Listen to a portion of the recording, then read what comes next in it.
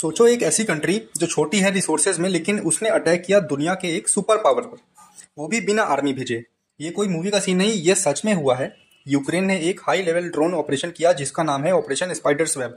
इसका मकसद सिंपल नहीं था, रशिया के सबसे स्ट्रेटेजिक और पावरफुल एयरबेस को अंदर तक घुस के डैमेज करना, और वो भी ऐसे तरीके से जो कि दुनिया में पहले कभी भी ऑपरेट नहीं हुआ है। स्पाइडर्स वेब कोई एक रैंडम अटैक नहीं था, ये एक highly planned precision drone operation था जो कि 18 महीने से प्लान किया जा रहा था।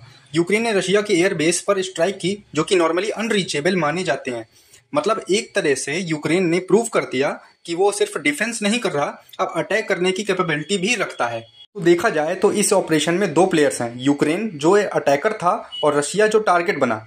तो यूक्रेन ने अपने मिलिट्री और इंटेलिजेंस का कॉम्बिनेशन यूज करते हुए एक प्लान बनाया और रशिया के सबसे पावरफुल बॉम्बर को डैमेज किया। ये सिर्फ एक अटैक नहीं था, ये एक जियोपॉलिटिकल मैसेज भी था। देखो, वॉर में हर मूव के पीछे एक सोच होती है, तो इस ऑपरेशन में मेन मकसद था रशिया के स्ट्रेटेजिक बॉम्बर जैसे Tu-95 और Tu-160 को डिस्ट्रॉय करना, जिनके पास क्रूज मिसाइल और न्यूक्लियर पेलोड किए जाने वाली कैपेसिटी होती है। तो और दूसरा मकसद था कि रशिया को ये दिखाना कि यूक्रेन सिर्फ सफर करने वाली कंट्री नहीं है। सबसे ज्यादा शॉकिंग पार्ट था यूक्रेन का एग्जीक्यूशन स्टाइल। ड्रोन्स को नॉर्मल ट्रक्स में वुडन शेड्स के अंदर छुपा के रखा गया जैसे कोई मूवी में करता है।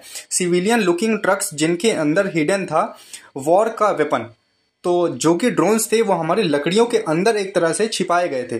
फिर भी जब वक्त आया तो ड्रोन्स को रिमोटली लॉन्च किया गया रशिया के मल्टीपल टाइम जोन में, एकदम सरप्राइज अटैक जैसा। तो दोस्तों, इस स्ट्राइक में यूक्रेन ने 117 ड्रोन्स यानी कि 117 ड्रोन्स लॉन्च किए और इससे रशिया के अप्रॉक्स $7 बिलियन का नुकसान हुआ। तो एयरक्राफ्ट्स को डिस्ट्रॉय करना इजी नहीं होता, लेकिन यूक्रेन ने ये कर दिखाया कि अगर प्लानिंग सही हो तो काफ़ी कुछ पॉसिबल है। ये सिर्फ डैमेज नहीं था, ये एक स्टेटमेंट था रशिया को यूक्रेन की तरफ से। तो ये ऑपरेशन किसी भी नॉर्मल दिन पर नहीं किया गया। जब ये ऑपरेशन किया गया था उसके कुछ घंटे पहले ही रशिया ने यूक्रेन के अंदर इस्कैंडर मिसाइल से अटैक किया था।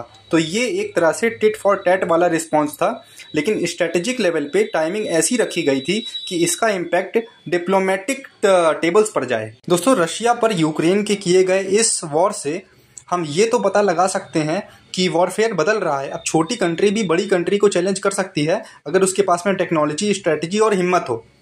तो ये ऑपरेशन सिर्फ एक मिलिट्री विक्ट्री नहीं था, जबकि एक नया डायरेक्शन भी था मॉडर्न वॉरफेयर की तरफ।